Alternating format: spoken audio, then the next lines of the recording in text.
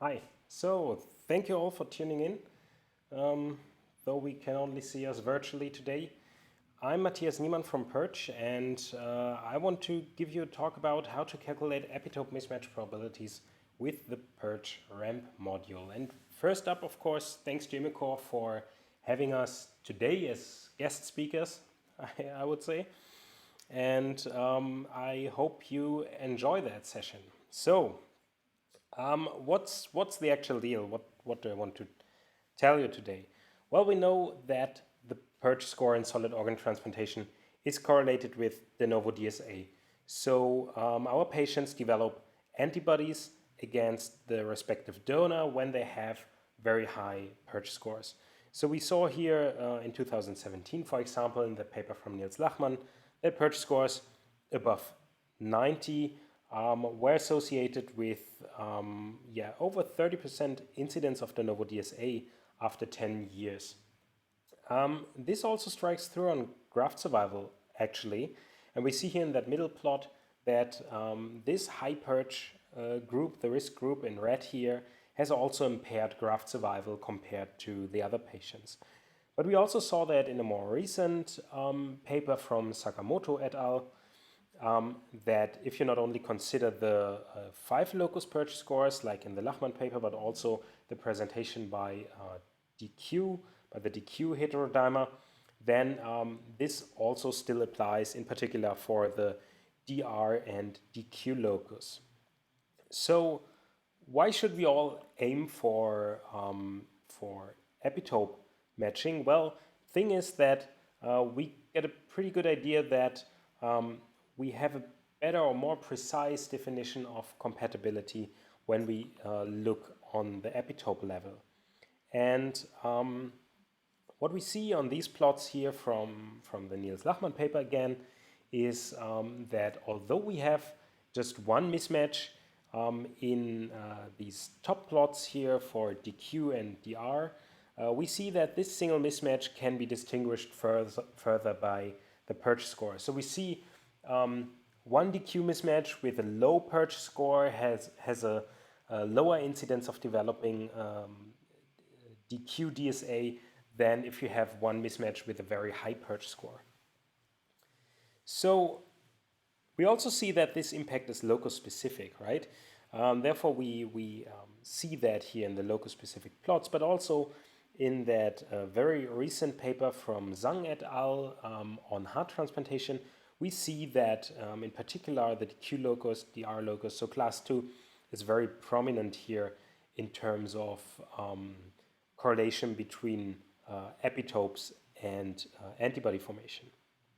So why should we now actually take care in terms of donor selection is that we not only see this being a short-term effect, so this is not only hyperacute rejection or so, and after 1 or 2 years after the transplantation, everything's basically fine, and we just lose some cases in the beginning. But we also saw in the paper from Kirsten Genökelig back then from the Dutch group around Eric Spearings that these increased hazards are also still there several years after transplantation. So it's also a long-term effect. We see here that even 7 years after transplantation, we have a way increased risk to develop or to have impaired graft survival actually. So how does that all relate to the whole antibody side, to the whole B-cell epitope matching side? That's actually where it gets a bit complicated, of course. So therefore, I try to give it all, give it an overall meaning. And I think antibody diagnostics are great, and we should use these tools that we have, but they give only a real-world snapshot of the current reactivity. So we see what's currently there in the serum. And we do not know what happened last week or what will happen next week based on that. We only see what's in the serum. And the matchmaker and applet matching or B-cell epitope matching gives us, of course, a bit more context for that. So we can understand reactivity patterns better. We can find if an antibody is, for example, applet specific, and therefore we see certain reactivities like allele specific antibodies, but a couple of very different allele specific antibodies that may correlate to a single applet specific antibody, for example. And of course, this also allows us to extrapolate to alleles that are not part of the assay. So we can also estimate whether our antibodies will react against other alleles that we couldn't test for because they are rare, for example. However, PIRCHE only translates to the risk of developing antibodies against currently antibody-negative antigen. So, what does it mean? Well, if you already have an antibody against an allele or against an antigen, the whole chain of the whole immunological reaction took place. So the B cell recognition already took place. The indirect T cell recognition took place. The T cell confirmed already to the B cell that it was correct what was detected, and therefore the B cell created antibodies. So this process is already over. It's already at the end of the chain, so to say. So it does not make sense to check the PIRCHE scores further of these antibody positive alleles. However, it makes a lot of sense to check out the antigen that where no antibody has formed against yet, because there the whole process has not yet fully taken place. So we can maybe distinguish by a good selection for unacceptable mismatches. We can consider certain alleles as being highly immunogenic for indirect T cell recognition, and therefore we maybe want to step back from these and go more into a direction of alleles or mismatched alleles where there's a lower epitope load from that perspective. Of course, ultimately we want to find some grand unified theory that makes sense out of all the tools that we currently have, but right now we are at a stage where we need to define how that should actually look like. And I think with RAMP we have a very nice tool that allows you to do several things at once just in a single tool. So therefore let's jump onto my screen and I can quickly show you what that all looks like. So first up we go to the PIRCHE website, and either we create an account, you also have the chance to get a free trial, or you just log in with your existing account, and then you're greeted with all the nice matching modules that are out there. But today we are concentrating on the risk and acceptable mismatch profile called RAMP. So we check out now an example case, but you can also get your data in here from other providers, like we announced recently with Immucor via a tool provided by Immucor that grabs or fetches the data from the MIA-Fora or from Matchit and pushes that to the PIRCHE web service. And then you can do your RAMP analysis directly from here. Today we are just considering here an example case. So let's press the match button and check out what the RAMP analysis actually looks like. So here we are now on the result page, and it is indeed pretty busy. So let me boil that down to a few aspects and show you what actually is on the screen here, because it's rather overwhelming. So here in the top middle we have our patient typing, and let's suppose these were the 2 transplantations the patient got beforehand, and we are now looking for options for a 3rd transplantation. We see here the 5 locus typing of these individuals, and we can also see here the, let's say, classic PIRCHE 2 scores of these 2 donors. And we see the first transplantation had a PIRCHE score of 108 and the second one of 41. So the second transplantation was way better in terms of PIRCHE score compared to the first one, especially considering the risk groups that we saw in the earlier papers. To give that now a bit more context specifically for that patient, we have that risk profile implemented. That's the histogram here on the right hand side. And what you can see here is actually the result of matching 10,500 genotypes according to their frequency with our patient. This allows us to estimate what the average epitope load from PIRCHE perspective would actually be for that particular patient. And you see here, there are only a few donors that are here in the very low risk group. And we have lots and lots of donors here in the group from 48 to 92.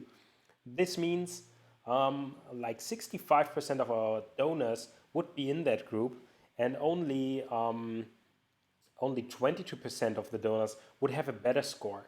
On the other hand, this is exactly the information that we are looking now, and that allows us to also understand how good or how bad the previous donors were. And let's check out now the first transplantation, which has the 108 as a PIRCHE 2 score. We see that this donor has a rank of 98%. So that means 98% of all arbitrary donors would have a better PIRCHE score than this particular donor. And the second transplantation has a 13% rank, so only 13% of the random donors would have a better score than this donor. So 87% of all random donors would have a worse score than that. So this is actually a pretty good situation, I would say.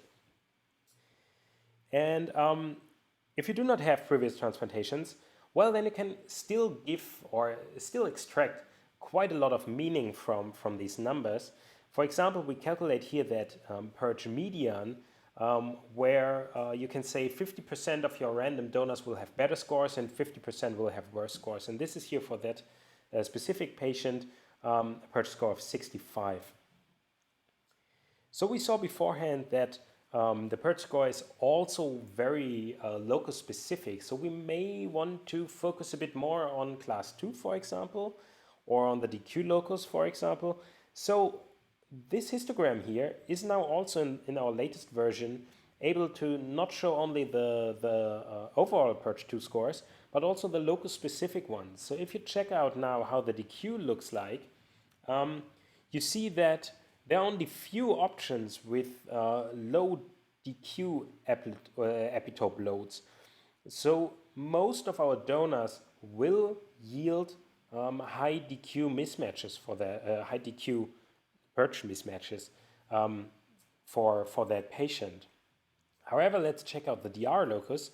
There it doesn't look too bad actually. There seems to be a couple of donors that have not that much or not that many PIRCHE 2s actually.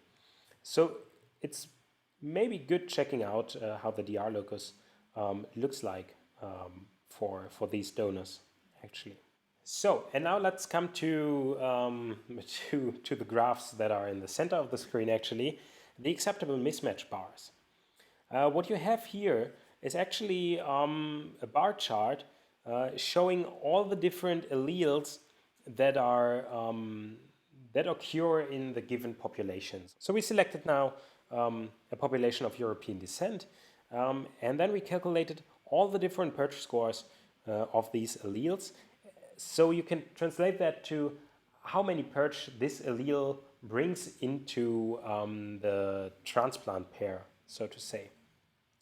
Additionally to that, we plot here the frequency in that population to give you more, a better feeling about whether you can make this allele unacceptable or you shouldn't do that because you exclude too many donors. And what's nice about that is actually that this is not only here a static plot, but you can also activate certain alleles here and mark them as unacceptable mismatches. So you can have a good selection here of unacceptables actually, And why you should do that is actually that the plots that I mentioned earlier, the risk profile here, and the calculated PRA are updated live depending on your selection of unacceptable mismatches. So if you select here an allele and mark it as unacceptable, it will be excluded from a donor cohort, and the histogram is calculated new based on these exclusion criteria. This, of course, allows you also to estimate what the calculated PRA looks like. And the more alleles you select here, of course, the more donors you exclude, and the CPRA goes up and the donor frequency goes down. Therefore, you see here in the risk profile also these curves flatten actually. So what you can see from here is that based on a good selection of unacceptables, you can bring down the median PIRCHE score. So you can calculate in advance whether your selection of unacceptables will improve the epitope match situation or make it actually worse. So, and what I didn't mention so far is that you can also add on top of these plots here the MFI data of single antigen beat assays. So this is also supported by the that tool that Immucor now provides to extract the data from Yaphora and match it. And here it will grab the single antigen beat assay data from match it and pushes this data to the PIRCHE website. And what you see then is this these charts here will also include the MFI values. So this allows you not only to see the PIRCHE score and the frequency, but also the MFIs of all the individual alleles here. And this supports then, again, checking out, okay, this allele here has a very high MFI, so we see an antibody very strong in the test. So we want to make that unacceptable. However, here we don't see a high MFI, but we see a huge PIRCHE score. So maybe we want to make that unacceptable as well and exclude from future transplantations to reduce the risk of developing DSA against that allele. Yeah, and this can now be done for ABC, DRB1, DQB1. You can select and it will automatically fetch the remaining donor cohort and calculate the risk that remains or that is still there to develop DSA against your donors. Yeah, so thank you for your attention. I hope it made things a bit more clear. As this session was pre-recorded, my time's now over, and Matthias from the past is now saying goodbye, and I'm handing over to Matthias from the future to answer your questions.